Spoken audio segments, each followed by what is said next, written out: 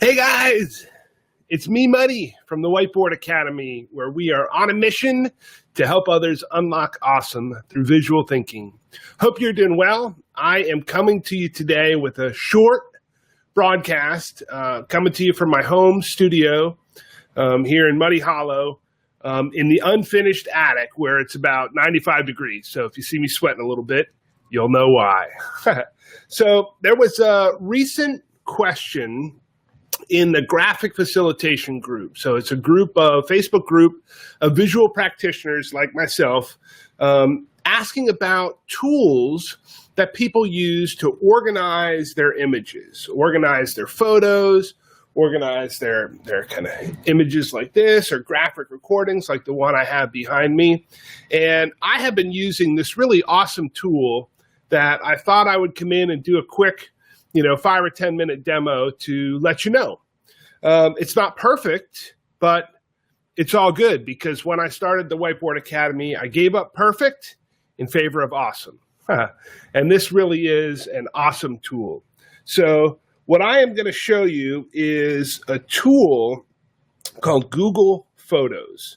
Okay, so what I want to do is I'm going to do a little bit of a demo. So I've got a screen behind me, and that is set up with a Chromecast that I'm from my iPad. I'll show you a little bit on my iPad. But I also have here on the screen, I am able to show my phone screen as well. So my intent is to be able to show you what this tool looks like on my phone. So this is broadcasting to the screen, right? So to be able to show you how this works on my phone. And then I also have the desktop version. So let me give you a kind of a 1-minute orientation to what we're going to look at, and then we'll go ahead and dive in and take a look. And if you have comments or questions, go ahead and throw them in, because I can see them right on the screen, and I'll try and respond in real time. So this tool is called Google Photos, right? So it's a tool made by Google. It's specifically designed to organize all your photos and keep them in sync between your devices. So this works for Android, this works for iOS, this works on the web. And in fact, I use all 3 versions, and I'll show you all 3 versions today. They all stay in sync. So it is an app that's, this is the icon for the app, so you'll recognize it behind me here on the screen. And you can have Google Photos turned on so that every photo you take with your camera, with your smartphone, will automatically be synced to Google Photos, automatically be uploaded to the cloud. And that's how I have it set up, so that if anything ever happens to my device, right, I jump in the lake with it, or my device breaks, all of my photos are backed up. So I don't have any risk of losing any photos, because they back up right away. That's both videos and photos. And there's 2 options for backup. One is original resolution, and one is high resolution. So original resolution is typically going to be a larger file size. If you have a modern smartphone with a high resolution camera, the original resolution is going to be, a bigger file, but it's usually higher resolution than what you need for sharing on a screen, or even printing or enlarging kind of moderate sizes.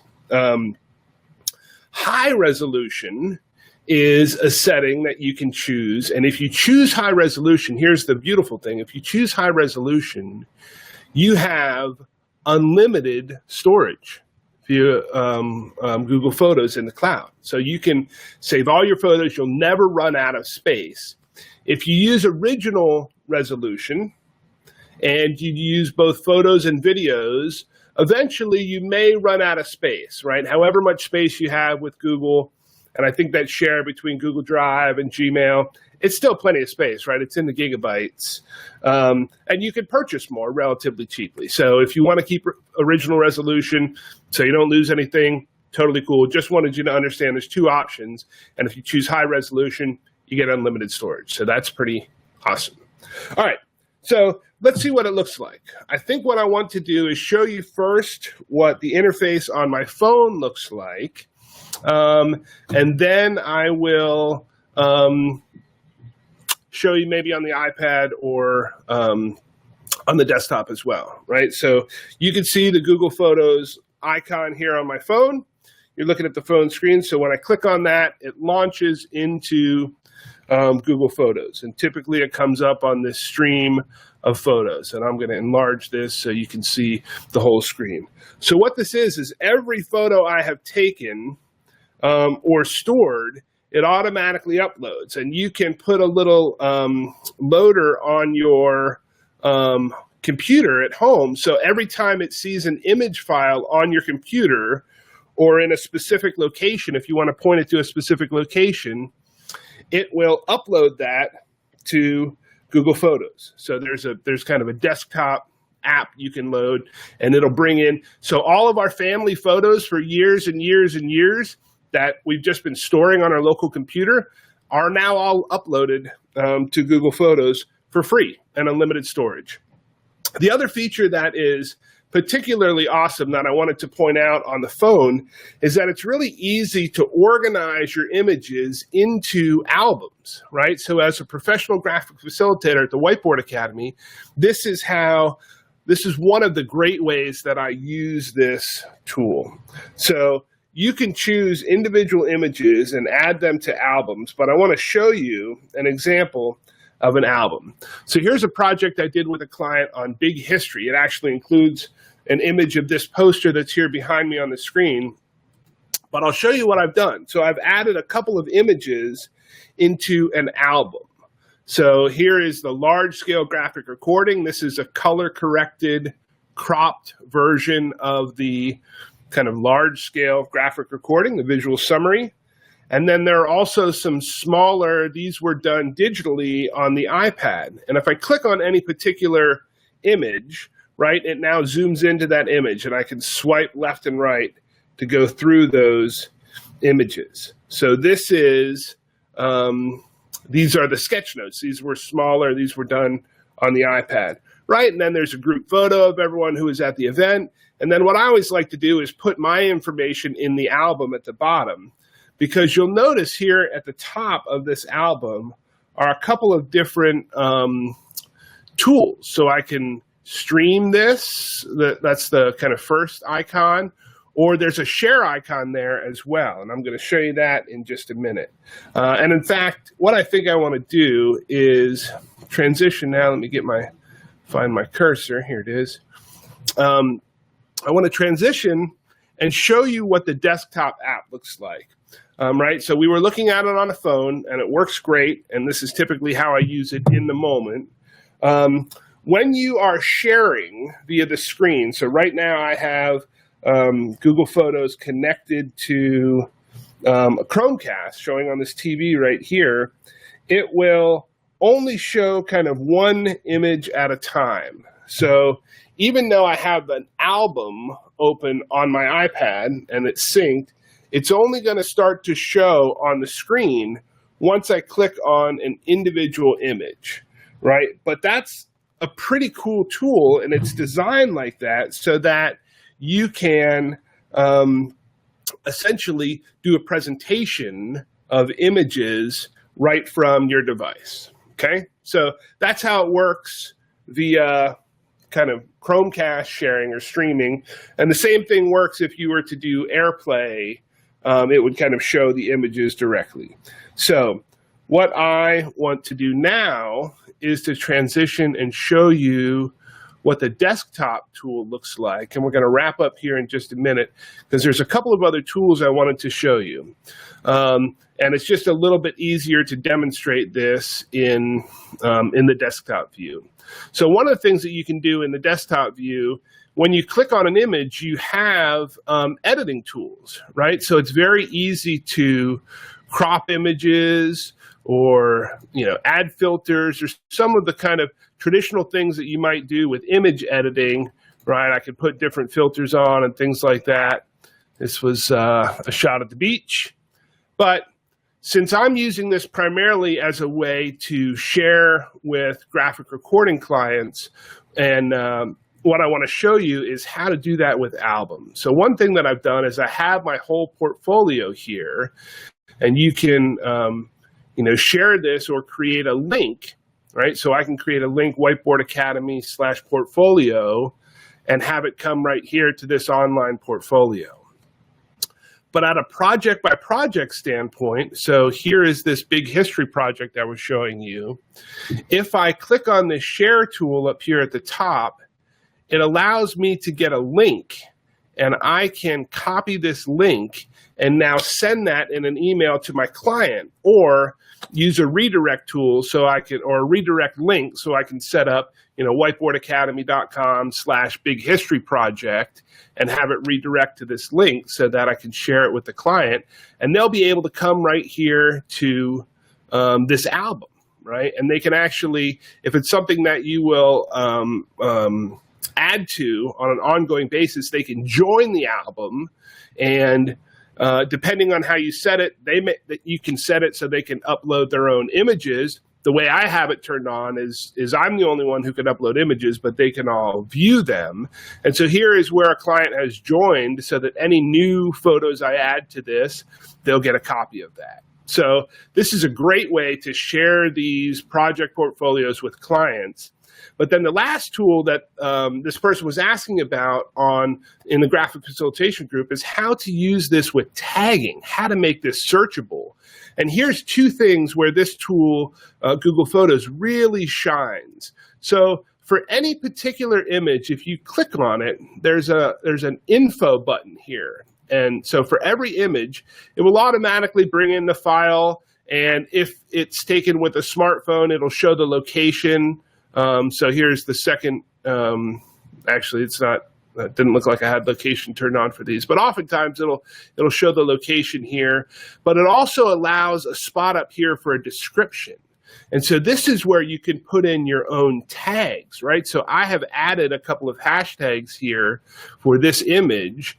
Likewise, for these sketch notes that were done on the iPad, I can add those notes right here. And one of the things that does is that allows me now to search, right? So when I'm in Google Photos, I come up here to the search bar. If I put hashtag sketchnote and hit enter, it's going to bring up those two images that I tagged with sketchnote. Or if I put in hashtag big history, it's going to bring up even more photos because I tagged several of these with big history. And you'll notice that this album was called Big History, so it actually found the whole album as well. So that's pretty awesome. But here's the beautiful thing. So get ready for this. So we talked about tagging, and for this process, what I just showed you, this is a manual process. So every time you want to add your own tags, you can just click the info, put them in the description, and those are saved with the images. But it gets better. One of the things that you have the advantage of using Google, this is a Google tool, is that this is a smart tool. So they have applied some machine learning where the Google computers will actually be able to recognize certain things in the images, and it keeps getting smarter and smarter. So one of the things that it will recognize is people, right? So if I just type me, right, it knows who I am. If I just type me, it brings all these images up that it found that I'm in them. How crazy is that, right? I've never tagged these. These are just coming up automatically because it's recognized me. It knows my face. I've told it this face is me. And so when it sees other images like that include me, it brings those up as well. But things like dog, I type a dog in here, boom. It just found all these pictures of my pups. Right? I never tagged these. So this is interesting. Here's a couple photos where the dogs were meeting a deer, right off the Greenway Trail. I wonder if it will recognize a deer. This is live demo. I haven't tried this before. Let's see what comes up with deer. It did. Look at that. That's so amazing to me. And so there are other things that you can put in here besides nouns, right? So those were nouns like people or things. And when I start to type search in, it gives me some suggestions. Watch what happens when I put in Los Angeles, a place, right? If I put in a place, it's going to bring up all my photos that I've taken in Los Angeles, right? So this was from an event last fall where I was graphic recording. So this is a super, super smart tool. And I'm going to wrap up this broadcast just by telling you this is a free tool, right? All you need is a Google account to use it, a Gmail account, or just another free Google account. It's not perfect, but it is totally awesome. It allows you to stay synced between your devices. It's multi-platform. It allows you to share images and albums. So I can share individual images or individual videos, or I can put them into albums and share those with clients. So that's typically how I share albums from my projects. It also allows you to add tags using the info button and the description. So you can put in your own tags manually, or it will allow, it will do some automatic tagging through machine learning. And the tools and functions keep getting better and better and better. This is an active development. One of the things that they recently added was something called storybooks. So in fact, you can actually create hardcover printed storybooks from your images right from within this tool. And there's probably lots more. So what do you think? What's your reaction? I'd love to hear your comments down below. I hope this was useful to you, and give it a try. I'd love to hear your experience, or if you have another tool that you're using to catalog and organize and share images, visual summaries, sketch notes. Love